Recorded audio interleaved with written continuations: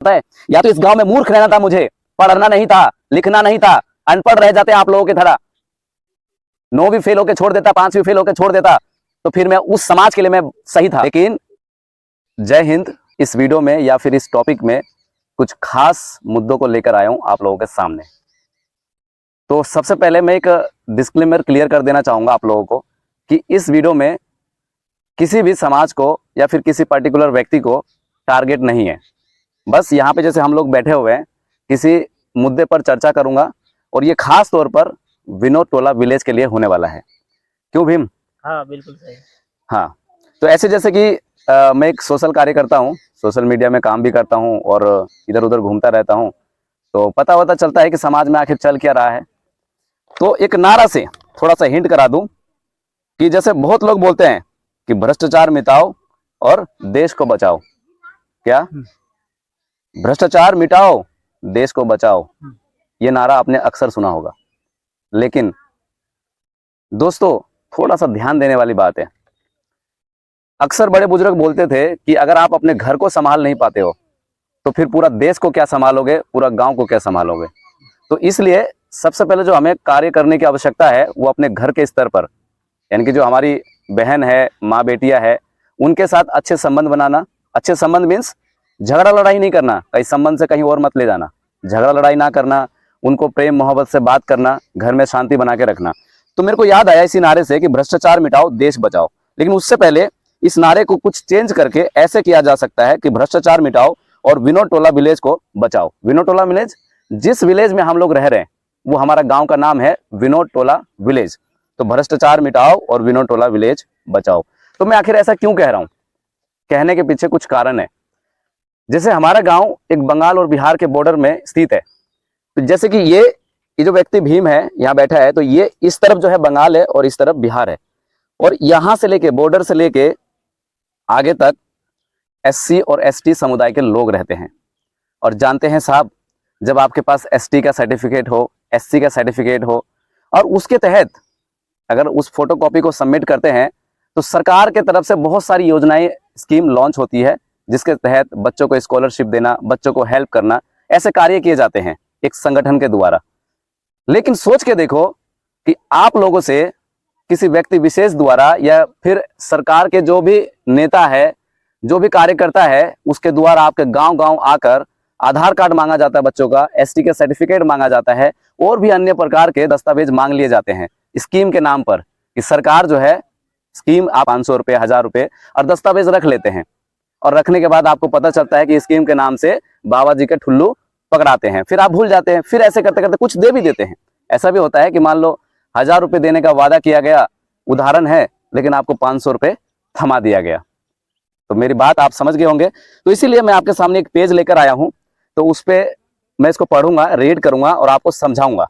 ठीक है भीम? ठीक है। तो जैसे मैंने एक उदाहरण माना, ये कोई किसी संगठन का नाम अभी नहीं है, अभी नहीं बना है, और जरूरत पड़ी ना तो जो आपने नारा सुना, भ्रष्टाचार मिटाओ, देश बचाओ, नहीं पहले अपने गांव बचाओ, तो उसके तहत काम करने की कोशिश करेंगे, निष्पक्ष होकर, किसी व्यक्ति के साथ नहीं, गद्दार व्यक्ति का साथ नहीं, खास तौर पे। तो यहाँ पे एक नाम दे दिया XYZ, उसको नाम को मैं बता दूंगा, मैं दिया है अपनी तरफ से, आदिवासी समुदाय कल्याण समिति विनोद टोला विलेज या फिर कटिहार डिस्ट्रिक्ट।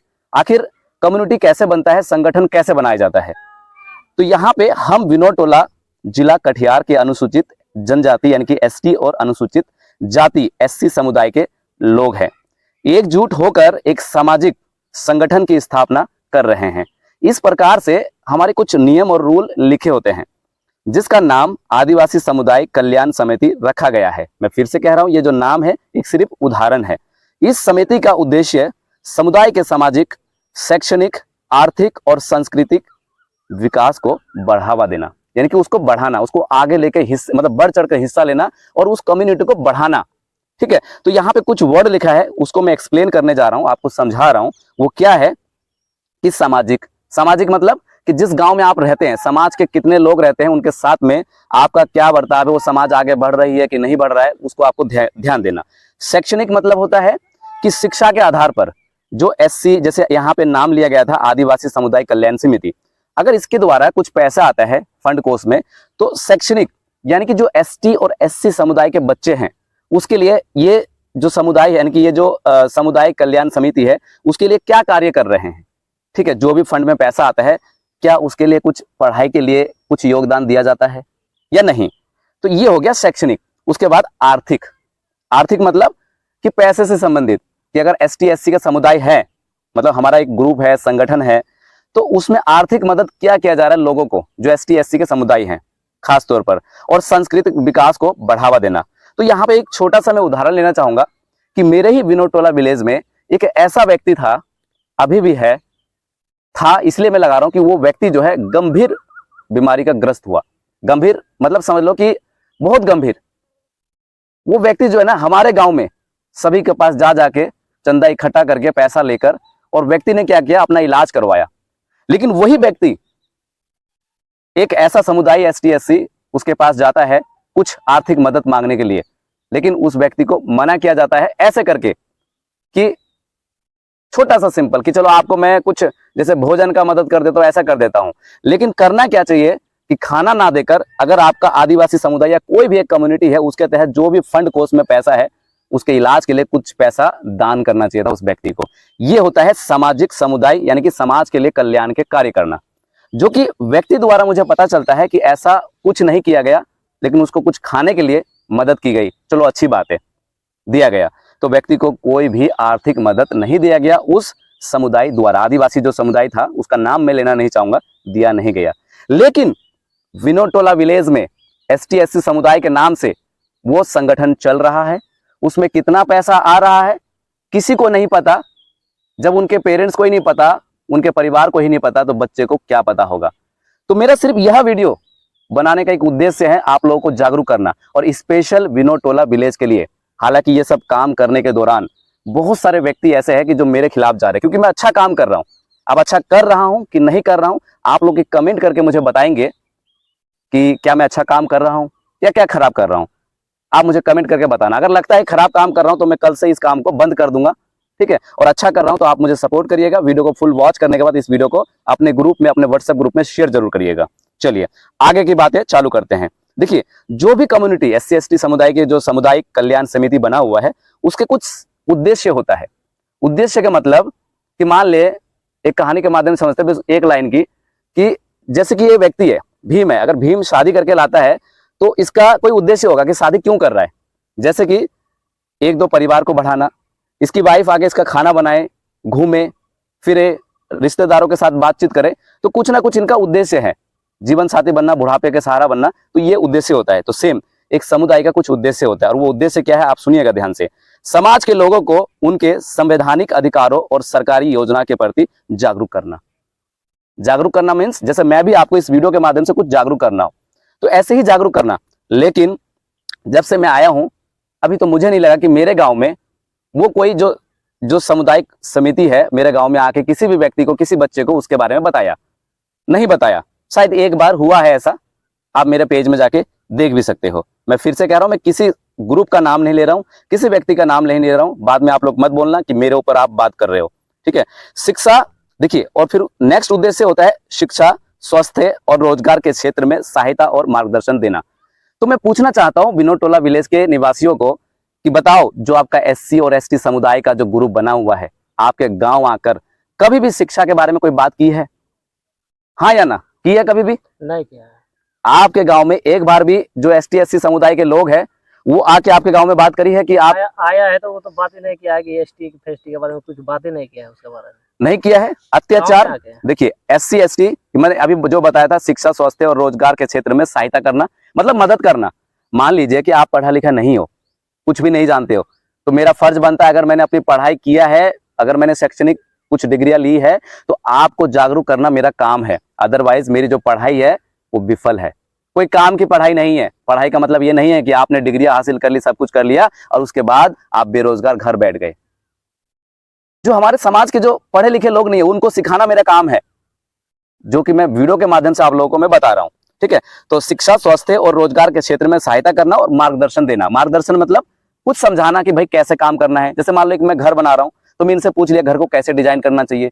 क्या अगर हमारे पास 30 फीट जगह है, तो ऐसा तो नहीं कि मैं पूरा का पूरा, 2 भाई है तो 30 फीट जगह मैं ही घेर लूं, नहीं ना, आधा आधा करना चाहिए ना। तो ऐसे बड़े बुजुर्ग मार्गदर्शन करते हैं कि भाई आगे इन फ्यूचर लड़ाई झगड़ा ना हो। तो आप अच्छे से समझ गए होंगे कि शिक्षा, स्वास्थ्य, रोजगार के क्षेत्र में सहायता कैसे किया जाता है।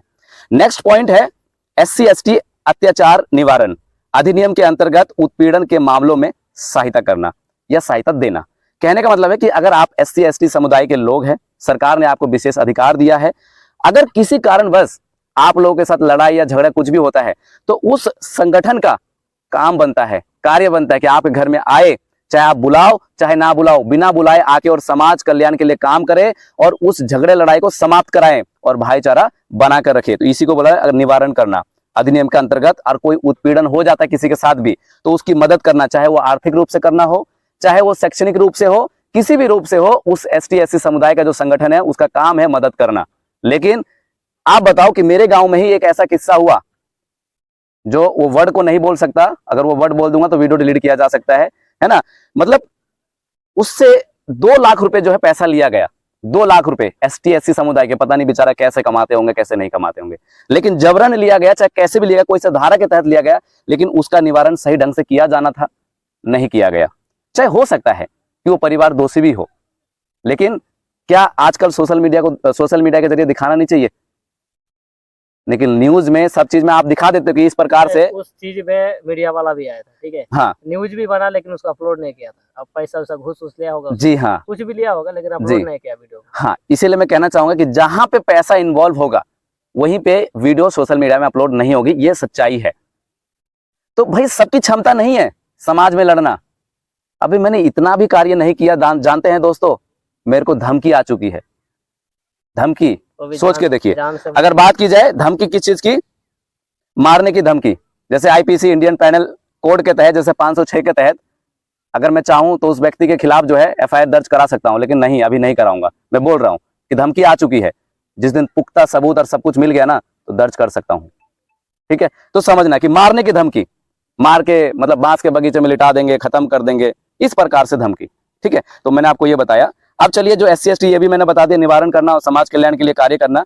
अब नेक्स्ट जो है सरकारी योजनाओं, छात्रवृत्ति मतलब जो भी सरकार की तरफ से कुछ भी छात्रवृत्ति भत्ता वगैरह दिया जाता है, और पेंशन योजनाओं की जानकारी देना। जानते हैं साहब, बिहार में 400 रुपए पेंशन है। जैसे ये सीनियर सिटीजन है, 400 रुपए, क्या गुजारा होता है? इस गमछे का दाम भी जो है ना 150 रुपए है। 150 रुपए, 100 रुपए, 100 रुपए, कितने हो गए? 350 रुपए। बताओ, एक महीने में अगर वस्त्र फट जाए, कुछ हो जाए, मैं तो बहुत कम बताया, मिनिमम कॉस्ट बताया, क्या इनका जीवन यापन हो सकता है? नहीं। बिहार में कहने को दारू बंद है, लेकिन दारू बंद नहीं है, छुप छुप के पीते रहते हैं। तो क्या कर रहे हैं विनोद टोला विलेज के लोग, क्या कर रहे हैं? वो ST/SC समुदाय के लोग क्या करते हैं? इसके लिए कोई काम कर रहे हैं? बिल्कुल नहीं। प्रूफ देखना है तो आप ढूंढ सकते हैं, आप जाके घर घर जाके पूछ सकते हैं। मैं तो खास तौर पे कहना चाहूंगा अहमदाबाद के अनुचाल अधिकारी को, CO को कहना चाहता हूं, DM को कहना चाहता हूं कि आप लोग आइए हमारे गांव में, बॉर्डर पे आइए, पहले बॉर्डर पे आपको आना होगा, बंगाल बिहार के बॉर्डर पे आइए, स्टॉप पे खड़े होइए और उसके बाद गांव गांव जाके पूछिए आप कि क्या आपके बच्चा जो है दारू पीता है नहीं पीता। डर के मारे उनके पेरेंट्स मना भी कर सकते हैं, लेकिन आप एकदम से अचानक से आइए और रात को पता करिए, पीता हुआ आपको मिलेगा घर के अंदर सोता हुआ। तो सोचो, जो व्यक्ति घर के अंदर पीकर सो रहा है तो क्या वो बाहर पी के नहीं आ रहा, रास्ते से आ रहा है ना? एक आधा ही व्यक्ति हो सकता है जो घर के अंदर तो पी लेगा, लेकिन बाकी व्यक्ति बाहर से ही पीकर आता है। तो इससे आपको प्रूफ हो जाएगा, सबूत मिल जाएगा आपको। सरकारी योजना, छात्रवृत्ति, पेंशन योजना के बारे में जो है जानकारी देना, लेकिन कोई जानकारी नहीं है। पेंशन को 400 से कैसे 1000 रुपए किया जाएगा, 2000 किया जाएगा, नहीं किया जाता है। तो आप सीनियर सिटीजन के बारे में कुछ ना कुछ सोचे। समाज में एकता, सहयोग और आत्मसम्मान की भावना को बढ़ावा देना, है ना, कि पूरे जितने भी ST/SC समुदाय के लोग हैं, सबके साथ एकता का बल, सबके साथ मिल के चलना, कंधे से कंधे मिला के चलना, जो कि उस संगठन द्वारा कोई ऐसा काम अभी तक तो नहीं किया गया है। तो इसमें अगर आप खुद भी ग्रुप बनाना चाहते हैं तो मैं आपको बता देता हूँ ग्रुप बनता कैसे, संगठन कैसे बनता है। आप अपने समाज के कार्य काम करने के लिए देखिए, समिति संरचना, जैसे पहला होगा अध्यक्ष होगा, समिति का प्रमुख सभी गतिविधियों का संचालन करता है। उपाध्यक्ष, अध्यक्ष की अनुपस्थिति में संचालन, मतलब जैसे पहला अध्यक्ष होगा, मान लो ये अध्यक्ष है तो मैं उपाध्यक्ष हूं, और उसके बाद ये सचिव है। तो अगर ये व्यक्ति प्रस्तुत नहीं रहता है तो इनकी जगह में उपाध्यक्ष जो है कार्य करेंगे। तो ऐसे करके आप बना सकते हैं, इनका चुनाव भी करा सकते हैं, और आप इच्छा अनुसार भी बना सकते हैं। सिर्फ इसका उद्देश्य चुनाव नहीं है। अगर आपस में ग्रुप में संगठन में सहमत होते हैं तो बिना चुनाव के भी उपाध्यक्ष अध्यक्ष आप लोग बना सकते हैं। उसके बाद एक सचिव जो है मीटिंग, लेखा जोखा और संवाद का कार्य करेंगे, सचिव। उसके बाद है कोषाध्यक्ष, जो पैसे से संबंधित जो है देख रेख करेगा। तो फंड एवं खाता व्यवस्था का प्रबंधन और अन्य 46 सदस्य समिति के सक्रिय योगदान, मतलब टोटल जो है 50 सदस्य होंगे एक संगठन का। ठीक है, तो इस प्रकार से आप संगठन बना सकते हैं। एक बात और मैं कहना चाहता हूं कि देखिए, सदस्य तो आपको बता दिया कि इस समिति के कुल 50 सदस्य होंगे, SC ST समुदाय से होंगे, और प्रत्येक सदस्य का पंजीकरण एक सत्यपत्र फॉर्म द्वारा किया जाएगा, जो कि फॉर्म तुम्हारा कुछ नहीं होता, होता है कि नहीं होता, रजिस्टर मेंटेन होता है नहीं होता, कुछ भी नहीं पता। अगर पूछ भी ले जाए कि भाई पैसा जो है कहाँ गया, कुछ नहीं पता। देखिए, फिर इनके कुछ कार्य है कि बैठक एवं निर्णय प्रक्रिया, है ना, कि अगर आप संगठन बनाते हो तो बनाना सिर्फ काम है आपका कि बना लिया, लेकिन बनाकर अगर आप सो जाते हैं पूरा 12 का 12 महीना, तो उसका मतलब आप संगठन सक्रिय नहीं है। ठीक है, तो क्या कहता है, समिति की मासिक बैठक, मतलब 1 महीने में 1 बार बैठक आयोजित की जाएगी, जिसमें सामुदायिक मुद्दों पर चर्चा, यानी कि मतलब गांव में क्या हो रहा है, कौन से ST SC समुदाय को प्रॉब्लम हो रही है, समस्या हो रही है, उस विषय में चर्चा। ठीक है, और निर्णय लिए जाएंगे, सभी निर्णयों का रिकॉर्ड बैठक रजिस्टर में दर्ज किया जाएगा, और जितने भी आपने कार्य किया, जो भी किया, उस महीने के अंदर सारा जो है ना निर्णय जो है उस रजिस्टर में लिखित रूप में होगा, जो कि नहीं होता है। ठीक है जी। पंजीकरण यदि ये अलग की बात है, तो मैं कहना चाहूंगा, जैसे मैंने अभी बोला कि लिखित रूप से होना चाहिए, और समझदार के लिए इशारा काफी है, इतना ही ऐसे करके एक संगठन बन जाता है। तो मैं पूछना चाहता हूं विनोद टोला विलेज के, आप लोग शिकायत करते हो कि अभी तक मुझे तिरपाल नहीं मिला, अभी तक मुझे डूबी का पैसा नहीं घुसा, बहुत सारे लोग ऐसे बोलते हैं। तो अगर डूबी का पैसा नहीं घुसा, तिरपाल नहीं मिला, तो आप लोग क्या कर रहे हैं? विनोद टोला से लेके जितना भी ST और SC समुदाय के लोग हैं, काफी लोग हैं, तो भेदभाव पहली बात तो मत करो। अगर आप SC हो, ST हो, OBC हो, जनरल हो, सबके साथ मिलकर काम करो। ठीक है, तभी आप अपने अधिकार पा सकते हो। मैंने पहली वीडियो में एक उदाहरण दिया था कि पहले के लोग कहते थे कि सीधी उंगली से अगर घी निकालोगे तो घी नहीं निकलेगा, टेढ़ी उंगली करके, जैसे कि मैंने लेकिन टेढ़ी करके कितनी घी निकालोगे, कितना सा घी निकालोगे आप? वही उंगली में जितना आ जाए। लेकिन सोचो कि अगर एक पूरे समुदाय के लिए, एक परिवार के लिए ज्यादा घी की आवश्यकता हो, तो बार बार उंगली घुसाओगे। तो बार बार उंगली ना घुसा के उस घी के डब्बे को ही गर्म कर दो, है ना।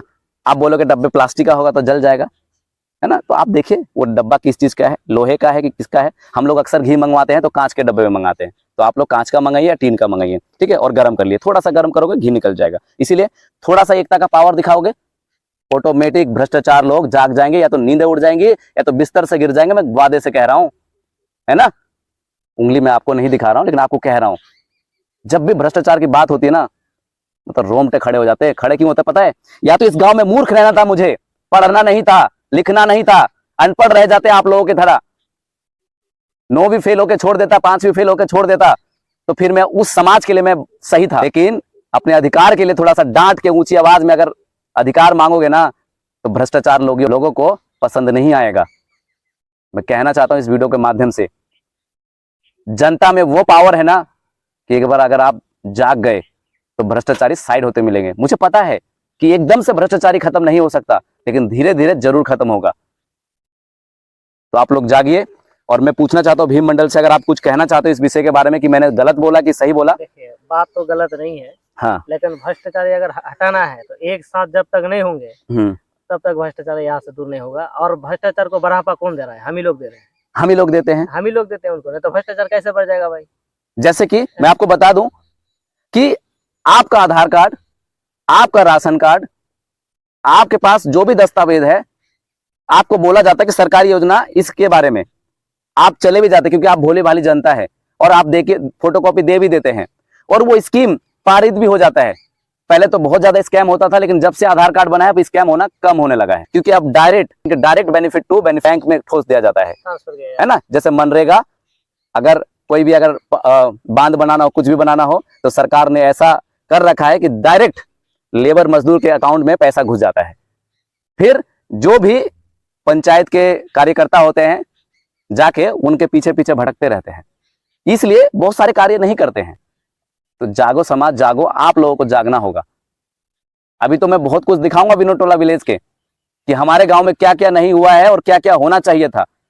क्योंकि मैं पढ़ता हूं दोस्तों, दावे के साथ कहता हूं, मैं पढ़ता हूं इस विषय में। अपना टाइम, मतलब अपना काम को छोड़कर 4 घंटा डेली आप लोगों के लिए मैं देता हूं, और जो बात बोल रहा हूं ना, मेरे पास प्रमाण है। यहीं पे समाप्त करता हूं, क्योंकि वीडियो बहुत ज्यादा लंबी बन जाएंगे। आप कुछ कहना चाहते हो इस बारे में, इस वीडियो में मैंने कुछ गलत बोला है? आप बोल सकते हो अगर गलत बोला था, क्योंकि ये भी नागरिक है।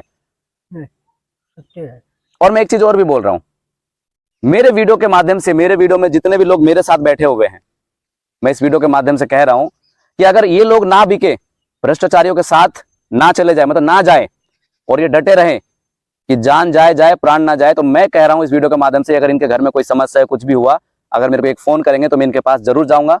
हालांकि अगर रात वगैरह में अगर आप फोन करोगे तो मुझे भी खतरा है, क्योंकि एक दो लोगों द्वारा मेरे को धमकियां मिल चुकी है, तो मैं थोड़ा सोच समझ के जाऊंगा, लेकिन तैयारी के साथ जाऊंगा, लेकिन जाऊंगा जरूर। और अगर नहीं भी जा पाए ना, फोन में इतनी मदद कर दूंगा ना, झुकने नहीं दूंगा जो मेरे साथ वीडियो में बैठे रहेंगे, ये मैंने वादा किया। तो ये है कि अगर हम लोग भ्रष्टाचार से मिलते हैं तो फिर शायद आपके साथ बैठते थे। हाँ, ये भी बात है। हम इस चीज को भगाने के लिए आपके साथ दे रहे हैं। हाँ, ठीक है कि हम सब समाज में जो रहने वाला व्यक्ति है, आपके साथ इसीलिए दे रहे हैं और इसीलिए संगठन बनाए हैं हम लोग कि हम लोग भ्रष्टाचार को थोड़ा दूर करेंगे और हम लोग शांतिपूर्वक, जो ST SC जो है, जो भी मतलब जाति है आसपास में, और सब कोई मिलकर शांत से रहेंगे, शांतिपूर्वक रहेंगे, जीवन यापन करेंगे, यही हमारा मेन उद्देश्य है। बिल्कुल। कुछ नहीं। हाँ। हम ये नहीं कि किसी के ऊपर हम लोग ठेस पहुंचाने के लिए काम करेंगे, ऐसे नहीं, वो हमारा उद्देश्य नहीं है बिल्कुल भी। ये आप देख रहे हो, अगर आपने पहले बहुत पैसा ठगा है, कुछ भी करा, आप सुधर जाओ, हम आपके साथ हैं। ठीक है ना। जो गलत लोग हैं उनके लिए भाई हो सकता है थोड़ा मतलब मुश्किल हो सकता है, क्योंकि जो गलत समाज में करेगा तो भाई उसको कैसे बख्शा जाएगा। मैं वही तो पूछ रहा हूँ, मान लो कि अगर वो भ्रष्ट लोग अगर आज नहीं जागे, तो आजकल सोशल मीडिया का जमाना है। हाँ। मान लो मैं मर गया, मैं चल गया, कोई तो और जागेगा ना। हाँ, वो तो आज क्योंकि मेरा वंशज ऐसा है कि मेरी हाइट थोड़ी छोटी है, मोटापा कम है, लेकिन फुर्ती ज्यादा है, जोश ज्यादा। आज भी मैं उछल कूदल, खेल कूद सब कुछ कर सकता हूँ। ठीक है, कोई अगर और जाग गया, पूरा पार्टी कोई ना कोई तो बनाएगा। सोशल मीडिया का जमाना है, तो जागो। कुछ कहना चाहते हो आप? हम क्या बोलेंगे, कुछ तो बोलो। सही है, आप बहुत ज्यादा अनुभवी हो। सही है, सब बात जितने बोलते कोई गलत तो नहीं बोला मैंने? कोई गलत नहीं है, सच्ची है, सच बात है ना ये? ठीक है, तो इसी के साथ इस वीडियो को यहीं समाप्त करता हूं, और आप सभी लोगों को तहे दिल से नमन करता हूं। जय हिंद, जय भारत।